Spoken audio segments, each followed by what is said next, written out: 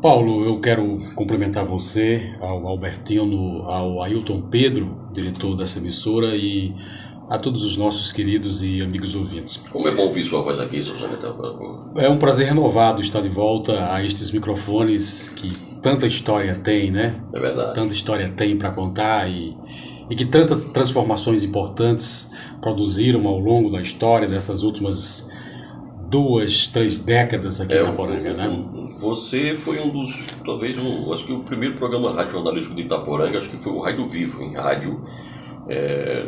Você fez história e eu comecei lá também na técnica, Norton Júnior, Flaviano Silva, tantos colegas, né? Flávio José, enfim.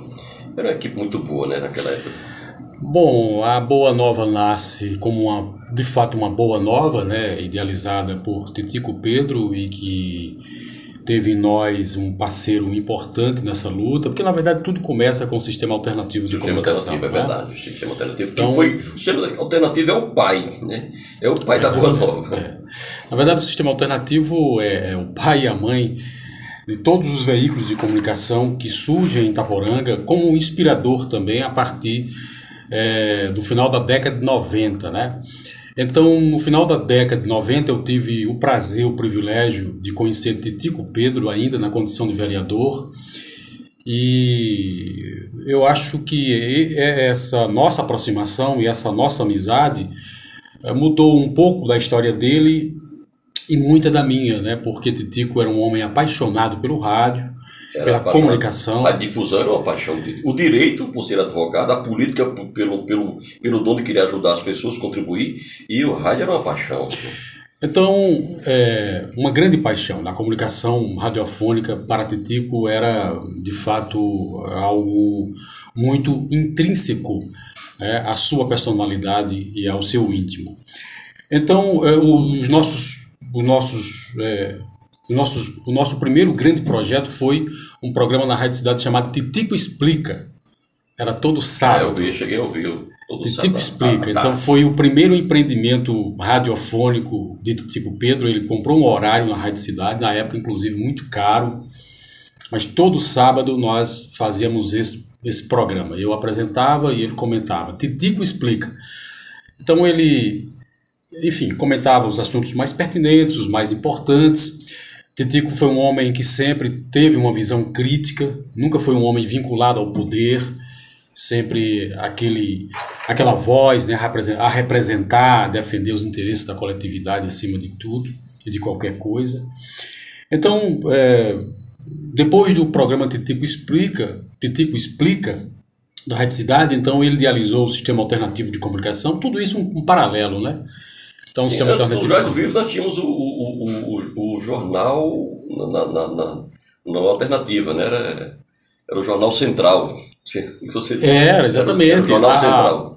O sistema alternativo de comunicação ele nasce com uma programação vasta, funcionando como uma rádio mesmo, inclusive durante todo o dia e a noite. E à noite era.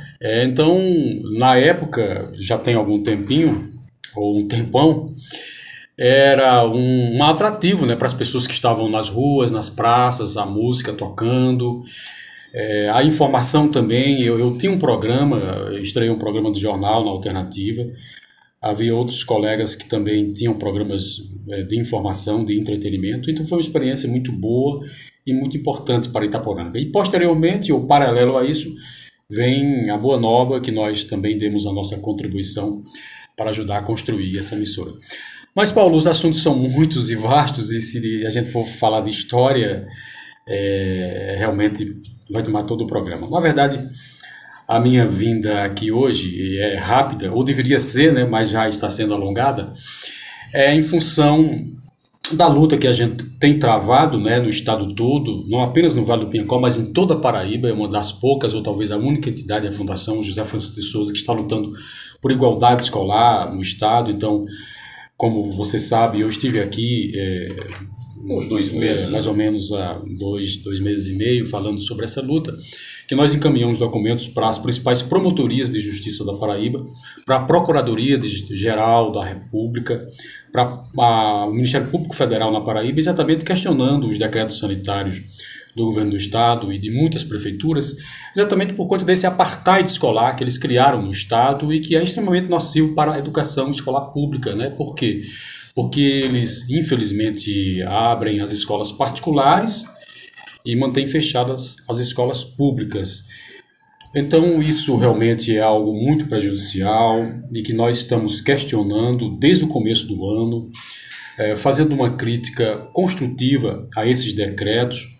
Infelizmente, eles se sucedem. De março para cá, o governo do estado já editou 7 decretos, todos com esse vício, com essa inconstitucionalidade, porque esses decretos eles ferem o princípio constitucional da equidade. A Constituição diz que todos são iguais perante a lei. Então, se todos são iguais perante a lei, não pode, por exemplo, você criar castas.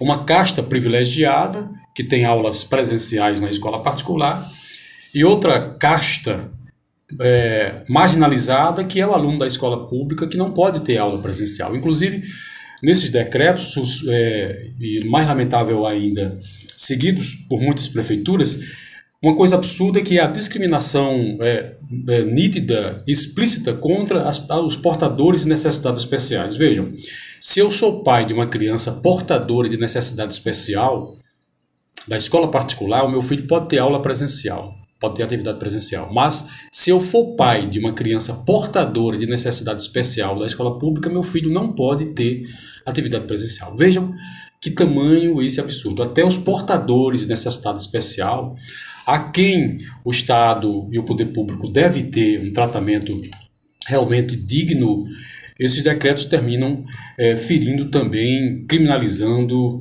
essas pessoas, né? As crianças e adolescentes portadores de necessidades especiais. Então, essa luta é uma luta que a gente trava em todo o estado, e a boa notícia é que o Ministério Público da Paraíba, eu acredito que você tenha lido essa matéria aqui, ontem e hoje. Acho que foi na terça-feira, né? Já...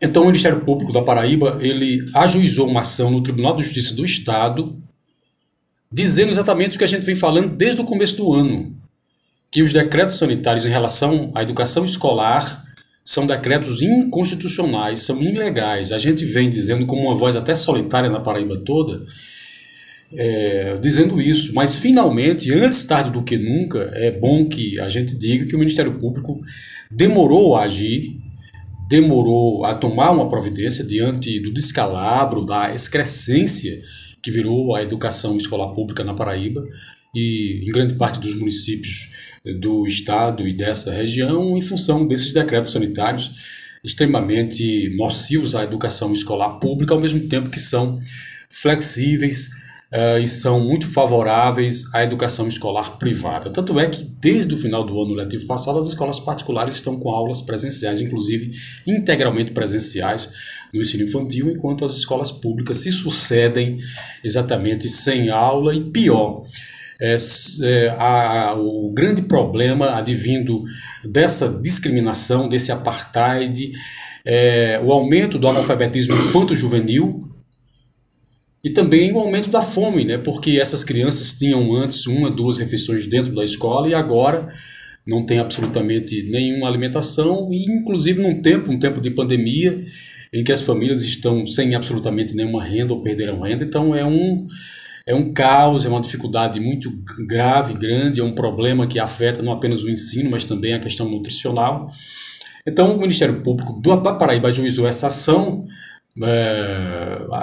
contra o último decreto, esse que está vigorando agora, que tem o mesmo problema dos anteriores, que é exatamente abrir escola particular e fechar pública. Então, ele ajuizou essa ação, pedindo ao Tribunal de Justiça da Paraíba que decrete, ou decida, não decrete, mas decida, através de um acórdão, inclusive com pedido de liminar, para cair o artigo 8º do decreto em vigor, que é o artigo que produz toda essa injustiça, todo esse descalabro, toda essa irregularidade contra os estudantes das escolas públicas, né? As crianças estão sem creches, mas em casa sem poder trabalhar, sem poder ir lavar uma roupa, trabalhar como doméstica ou em qualquer outro canto porque não tem com quem deixar as crianças.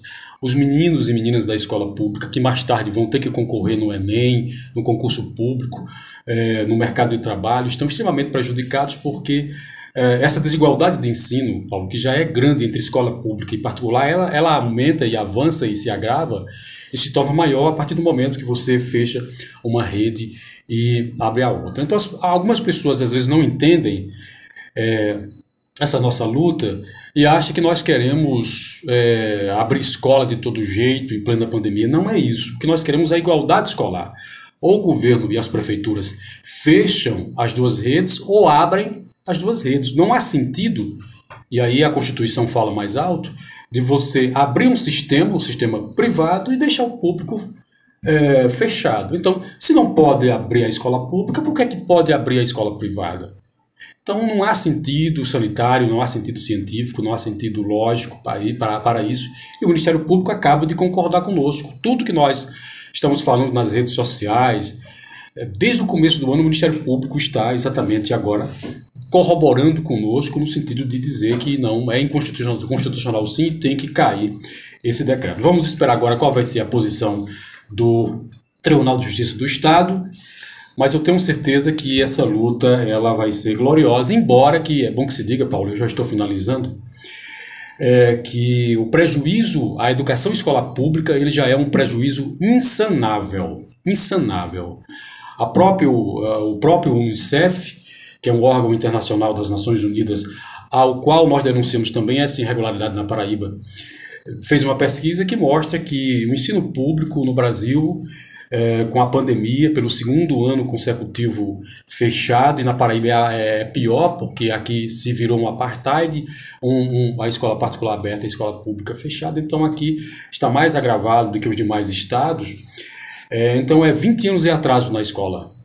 E na escola pública, que já vem do déficit, de uma dificuldade, isso realmente se agrava e essa injustiça escolar, essa desigualdade escolar se eleva. Mas, Paulo, muito obrigado a você mais uma vez pela participação. Nós precisávamos dar esse recado ao público, prestar contas dessa luta que a Fundação está travando em todo o Estado, pela educação pública, pela educação escolar pública, né, aquela onde estão os filhos dos trabalhadores, os meninos e meninas egressos das famílias mais humildes e que precisam da atenção de toda a sociedade. Muito obrigado, Paulo. Nós agradecemos todos e dizer que o jornal, a rádio está sempre à sua disposição, à disposição também da Fundação José Francisco de Souza. Muito obrigado a você, ao Albertino, e mais uma vez cumprimentando o Ailton Pedro e todos da direção da Fundação, professora Anália Rodrigues, a primeira professora de Titico, a quem ele dedicou essa homenagem, né? Exatamente ela que dá nome à fundação, que é a proprietária da Boa Nova FM. Um abraço a todos os ouvintes, meus queridos e amigos, irmãos e conterrâneos, e até uma próxima oportunidade. Meu dia e 6 minutos agora, a hora certa. Chega,